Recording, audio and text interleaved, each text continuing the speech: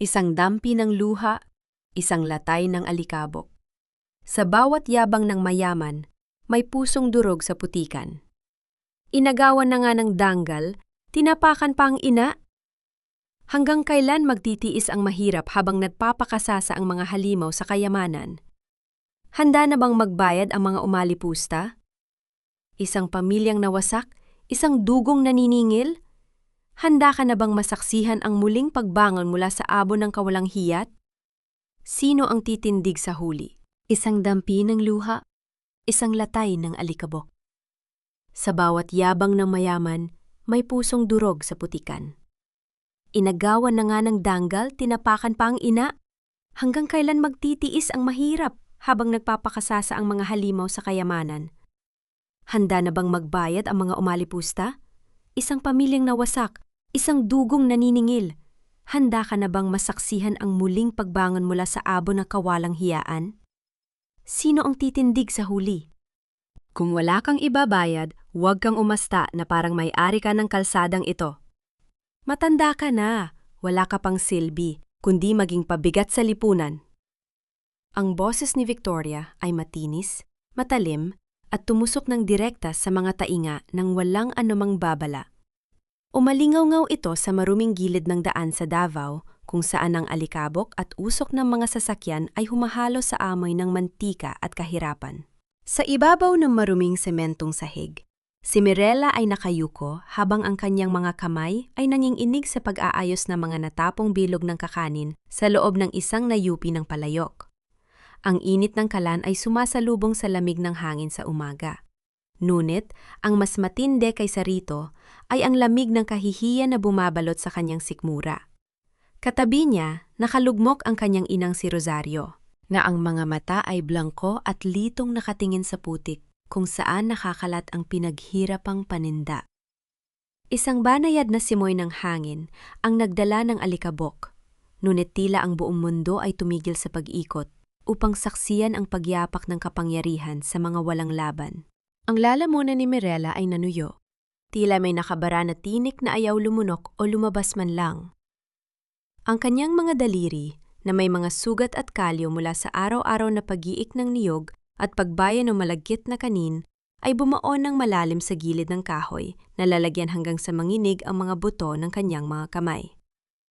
Hindi siya makasigaw. Ang bigat ng kahirapan ay pumipigil sa kanyang dila. Ginagawa siyang piping saksi sa kawalang katarungan na paulit-ulit na sumusurot sa kanilang pagkatao. Bakit ba kailangang ganito? Ang tanong na ito ay paulit-ulit na pumipintig sa kanyang sentido, kasabay ng bawat tibok ng pusong nagdurugo sa sakit at galit. Nakatayo sa tabi ng nagmamalaking si Victoria, ang isang mamahaling itim na sasakyan. Sumasalamin sa mukha nitong puno ng galit at paghamak. At doon, sa loob ng tinted na salamin ng kotse, isang pares na mga matang malalim at malamig ang tahimik na nakatunghay sa buong tagpo. Sino nga ba ang tunay na may-ari ng karangalan sa mundong ito? Ang may dala ba ng marangyang kasuotan o ang nagpupumilit na mabuhay nang may danggal sa kabila ng putik? Ang pigil na hininga ni Mirela ay tuluyang kumawala nang marinig niya ang marahas na pagpintog ng sarili niyang dibdib. Hindi lumuhod ang kanyang mga tuhod, bagamat ang bawat hibla ng kanyang katawan ay nagnanais na lamang lamunin ng lupa sa tindi ng hiya. Bilisan mo ang pagligpit ng mga basura mo. Hindi ito charity home para sa mga taong walang ibang alam kundi magpalimos ng atensyon. Ang muling pag-aspas ng matalas na dila ni Victoria, habang ang makintab na sakaw ng sapatos na Italyano nito ay marahas na idiniin sa natitirang puting kakanin sa sementadong sahig. Si Aling Rosario ay nanginginig na umangat ang mukha. Ang mga matang dati ay puno ng buhay ay ngayon ulila sa alaala. Ngunit sa sandaling yon, isang mahinang unal ng pagkilala ang kumawala sa kanyang labi. Hinawakan niya ang laylayan ng mamahaling damit ni Victoria nang may pagmamakaawa, hindi para humingi ng limos, kundi dahil sa isang kakaibang kutob na pilit ibinubulong ng kanyang ulupong na gunita. Anak, ang mahinang bulong ng matanda, basag at puno ng luhang matagal nang natuyo. Huwag mo akong hawakan, ikaw na matandang hukluban. Sigaw ni Victoria. sabay bayad ng marahas na pagwaksi sa kamay ni Aling Rosario na nadpadapa rito ng tuluyan sa maruming putik. Isang matalim na tunog ng pagbagsak ang umalingaw-ngaw sa hangin, kasabay ng pagtama ng pisi ng matanda sa gilid ng bakal na balde. Natahimik ang buong paligid. Ang mga usyosong kapitbahay ay nag-atrasan, takot na madamay sa bagsik ng babaeng may dalang kapangyarihan. Ngunit sa loob ng itim at mamahaling sasakyan sa tabi nila, bumukas ang pinto ng may kabagalan. Ang isang pares ng sapatos na balat ay tumapak sa semento. Si Danilo. Ang kanyang matipunong katawan ay nababalot ng mamahaling suit na kulay abo, ngunit ang mukha niya ay kasing lamig ng yelo. Ang kanyang mga mata ay hindi nakatingin kay Victoria, kundi nakapako sa pulseras na pilak na nakapulupot sa nanginginig na pulso ni Aling Rosario. Ang pulseras na may tatak ng isang sirang bituin, ang kaparehong-kapareho ng nasa lumang litra to na nakatago sa ilalim ng kanyang sariling unan sa Maynila. Bakit ang pulseras na yon? Na 10 taon nang nawawala kasamang kanyang tunay na ina sa kaguluhan sa probinsya, ay naroroon sa maruming kamay ng isang pulube. Ang malamig na simoy ng umaga ay tila biglang uminet ng sabay na bumaling ang mga mata ng lahat sa lalaking tumuntong sa putik. Si Danilo ay dahan-dahang lumapit. Ang kanyang mga hakbang ay mabibigat ngunit tiyak, habang ang titig niya ay nakatutok sa pulseras na nakapulupot sa maruming pulso ng matanda. Saan mo nakuha yan? Ang tanong ni Danilo.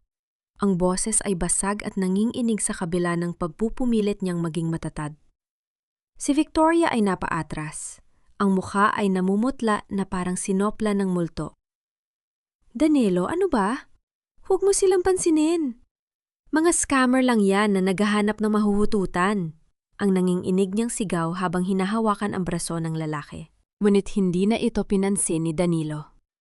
Inalis niya ang kamay ni Victoria nang may pag-ayaw, sabay luhod sa tabi ng putikan kung saan nakahandusay si Aling Rosario. Nang iangat ng matanda ang kanyang mukha at magtama ang kanilang mga mata, isang kakaibang puwersa ang yumugyog sa dibdib ni Danilo. Ang mga matang yon, ang hugis ng ilong at ang peklat sa gilid ng no, lahat ay sumisigaw ng isang katotohanang matagal nang ibinaon ng panahon. Inay. Ang tanging salitang lumabas sa lalamunan ni Danilo, isang tawag na 30 taon niyang ibinulong sa hangin. Si Mirela ay napatulala. Ang kanyang mga kamay na nag-aayos ng kakanin ay tuluyang napatigil habang pinagmamasdan ang matipunong lalaking ito na ngayoy umiiyak sa paanan ng kanyang ina. Paano nagbago ang isang iglap mula sa alikabok ng karalitaan patungo sa isang pamilyang muling pinag-isa ng tadhana? Ang katahimikan sa maruming, gilid ng daan ay nabasag lamang ng mabibigat na paghinga ni Danilo. Ang kanyang mga kamay, na karaniwang nagpapasya sa milyon-milyong pisong kontrata sa Maynila, ay nanginginig habang dahan-dahang inaabot ang braso ng matanda. Daniel? Ikaw ba yan, anak ko? Ang mahinang bulong ni Aling Rosario. Ang boses nito ay parang hanging humiip sa tuyong dahon. Basag, ngunit puno ng pagkilala na pilit ibinabalik ng kanyang naglalahong alaala. Si Victoria ay napasinghap. Ang kanyang mga mata ay nanlaki sa matinding gulat at takot. Danilo, baliw na ba kayo? Matanda na yan, pinaglaruan na ngang utak mo. Huwag kang magpapadala sa drama ng mga pulubing ito. Ang sigaw niya. Ang boses ay matinis at nagpipilit itago ang pangamba na sumisira sa kanyang mga plano. Ngunit si Danilo ay parang walang naririnig. Hinawakan niya ang mukha ng kanyang ina. Isiniksik ang sarili sa putik ng walang pakialam sa mamahaling suit na nadumihan. Doon, sa harap ng lahat, niyakap niya ng mahigpit ang katawan ng matanda na tila bang takot siyang mawala itong muli sa sandaling bumitaw siya. Si Mirela ay napatayo mula sa pagkakasalampak. Ang kanyang mga mata ay puno ng luha at pagdududa. Sino ka ba talaga?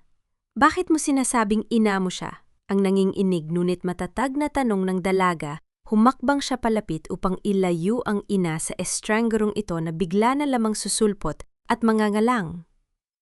Lumingon si Danilo kay Mirela. Ang kanyang mga matang namumula sa luha ay sumalubong sa galit at pag-iingat sa mga mata ng dalaga. Ako ang panganay na kapatid mo, ang sagot ni Danilo. Ang boses ay basag at puno ng pagsisisi. At pinapangako ko, hihinto na ang pagdurusa ninyo simula sa araw na ito. Isang mainit na hangin ang umihip, nagdala ng pangako ng pagbabago. Ngunit sa likod ng lahat ng ito, ang anino ng galit ni Victoria ay unti-unting namumuo.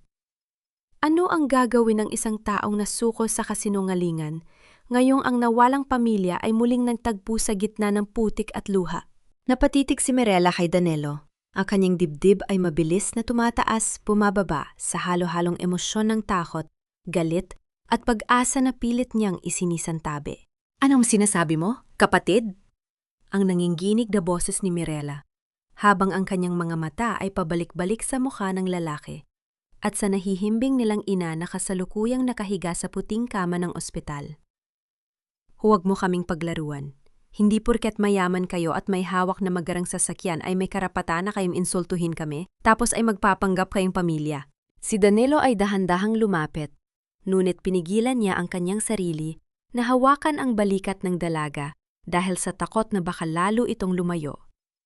Ang kanyang mga mata ay basang-basa ng luha na matagal niyang kinimkim sa gitna ng kanyang imperyo sa Maynila. Hindi ako nagpapatawa, Mirella. Ang mababang wika ni Danilo. Ang boses ay puno ng pagsisisi at pagod. Tingnan mo ang poseres ni inay. Tingnan mo ang peklat sa kanyang no.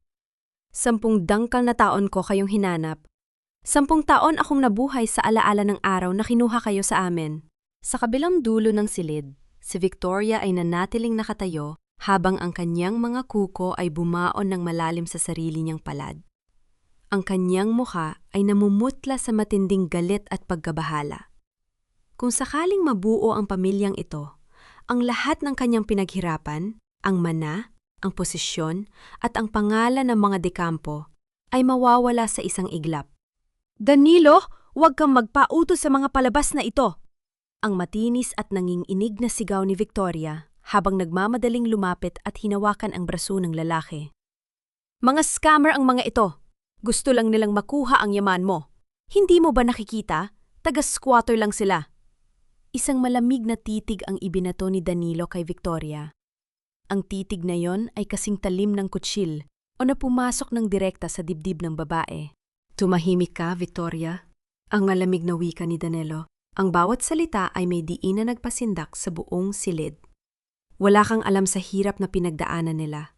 At ngayon, kulang na intindihan.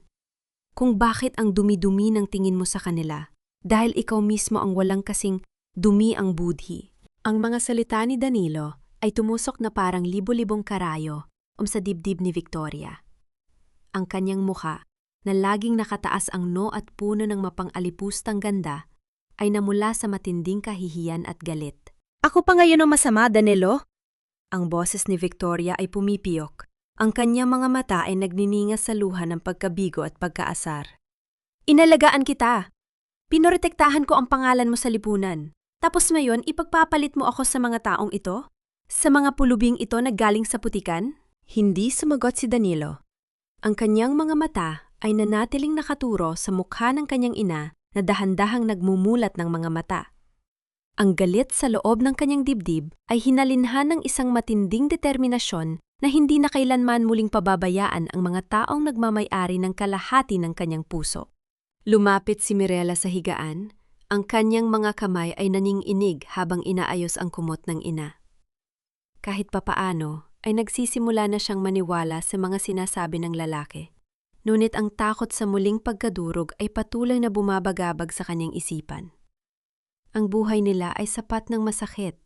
Hindi na nila kakayanin pang umasa sa isang pangarap na baka magising lang sila sa isang bangungot. Kung kapatid na kita, ang basag na boses ni Mirella.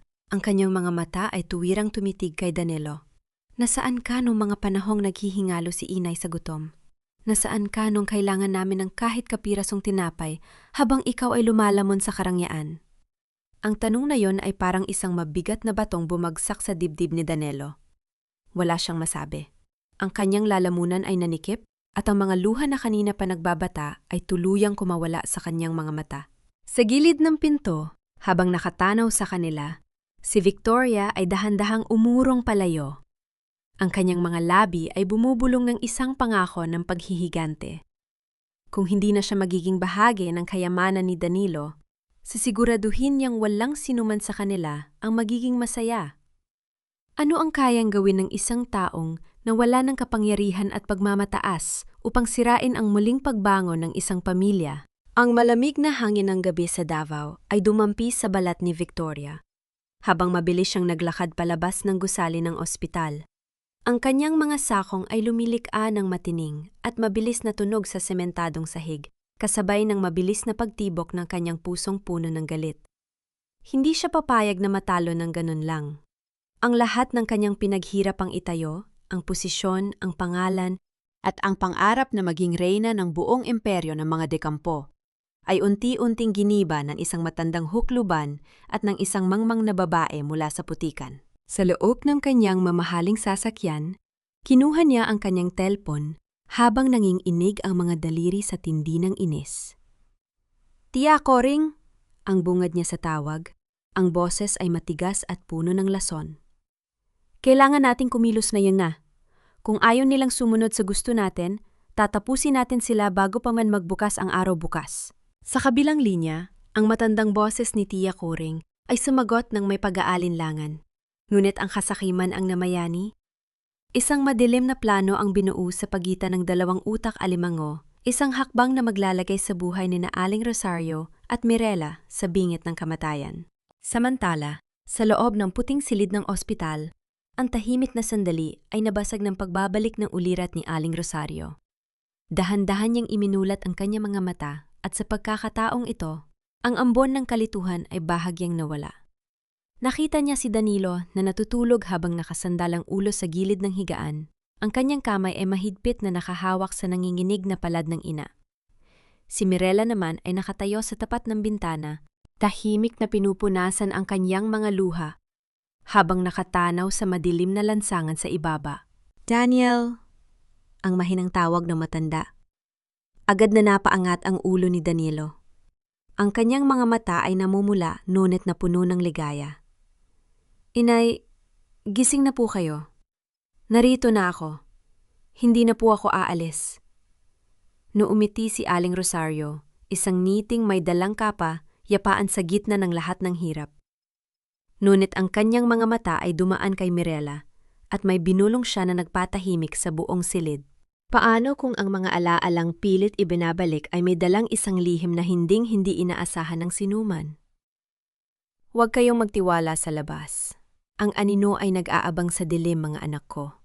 Ang nanginginig ngunit malinaw na bulong ni Aling Rosario, habang ang kanyang mga daliri ay mahigpit na bumaon sa palad ni Danilo. Ang babalang iyon ay parang isang malamig na simoy ng hangin na pumasok sa silid, nagdala ng kakaibang pangamba sa dibdib ni Mirela. Bago pa man makasagot si Danilo, isang sunod-sunod na marahas na katok sa pinto ang pumunit sa katahimikan ng gabi.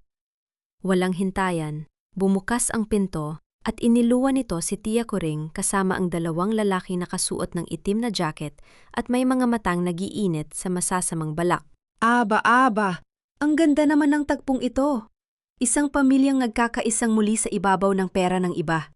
Ang matinis at mapang-uyang na tawa ni Tia Koring ang umalingaw-naw. Ang kanyang mga mata ay matapobring nakatitig kay Danilo. Agad na tumayo si Danilo. Ang kanyang matipunong katawan ay humarang sa pagitan ng mga estranjo at ng higaan ng kanyang ina. Ang kanyang mga mata ay naging kasing talim ng espada. "Anong ginagawa niyo rito? Sino ang nagpapunta sa inyo rito? Lumabas kayo bago ko pa kayo ipakulong lahat." "Ipakulong?" Numisi si Tia Koring na may kasamaan, sabay siya sa mga kasamang lalaki na humakbang palapit. "Sino ang magpapakulong? Ang sinasabi mong pamilya ay wala namang karapatan dito. Ang lupa sa Davao pati na ang mga dokumentong nagpapatunay ng pag-aari ng matandang ito ay nasa amin na. At kung ayaw ninyong masaktan ang mahal ninyong ina, ibigay ninyo ang pirma sa mga papel na ito." Mula sa likuran ng mga lalaki, inihagis ni Tia Koring ang isang makapal na folder sa ibabaw ng mesa. Ang mga mata ni Mirela ay nanlaki nang makita ang mga dokumento. mga kasulatang ang paglilipat ng maliit nilang ari-arian at ang waiver na nagtatang sa kanilang karapatan sa anumang mana mula sa pamilya de Campo. Ang bawat segundo ay naging mabigat. Ang pag-ibig ng pamilya na kakakita pa lamang ng liwanag ay muling sinasakal ng kasakiman at kapangyarihan ng mga taong walang kasing dumi ang budhi. Ano ang kayang isakripisyo ni Danilo at Mirela na yung ang buhay ng kanilang ina ang nakasalalay sa dulo ng patalim ng mga kamag-anak na takaw pera?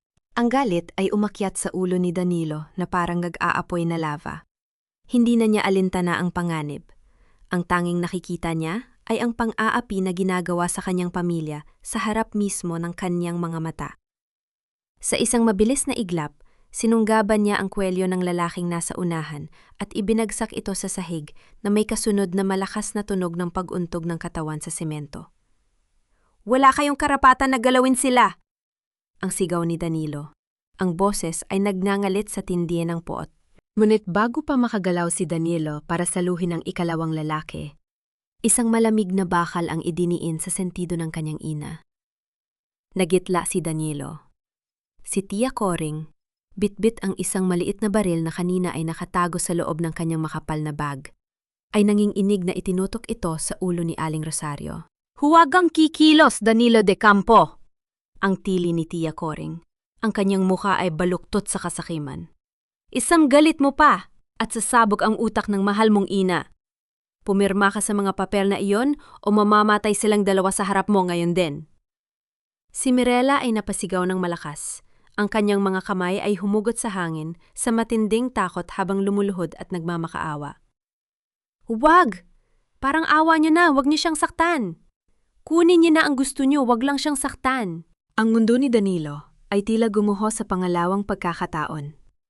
Ang pagpili sa pag-ita ng danggal ng pamilya at ng kaligtasan ng kanyang ina ay isang pasakit na kasing tinde ng kamatayan.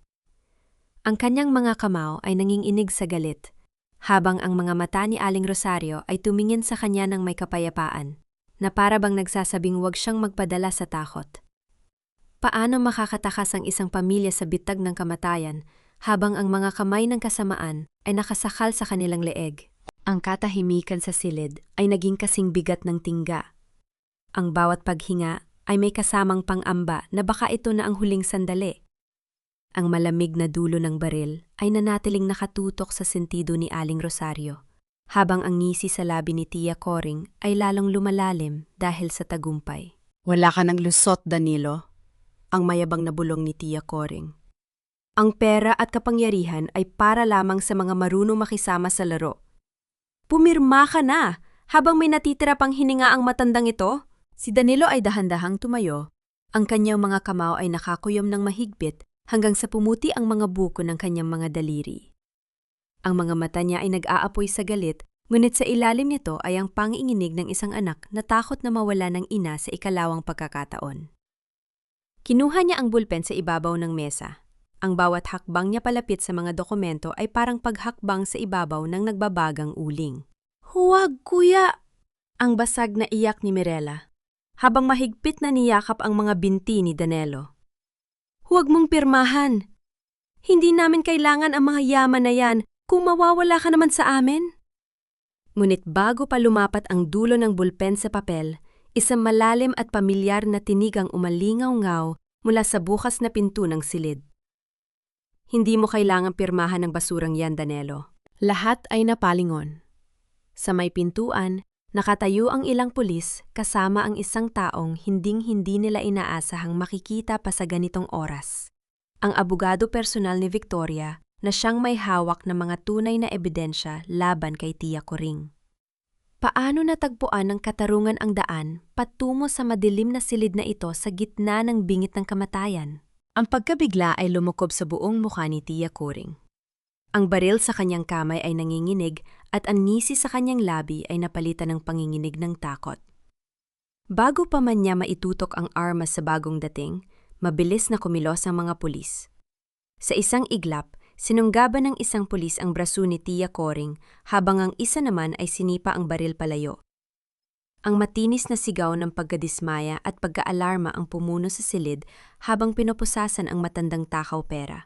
Hindi niyo ako pwedeng hulihin? May karapatan ako. Inggit lamang kayo sa amin.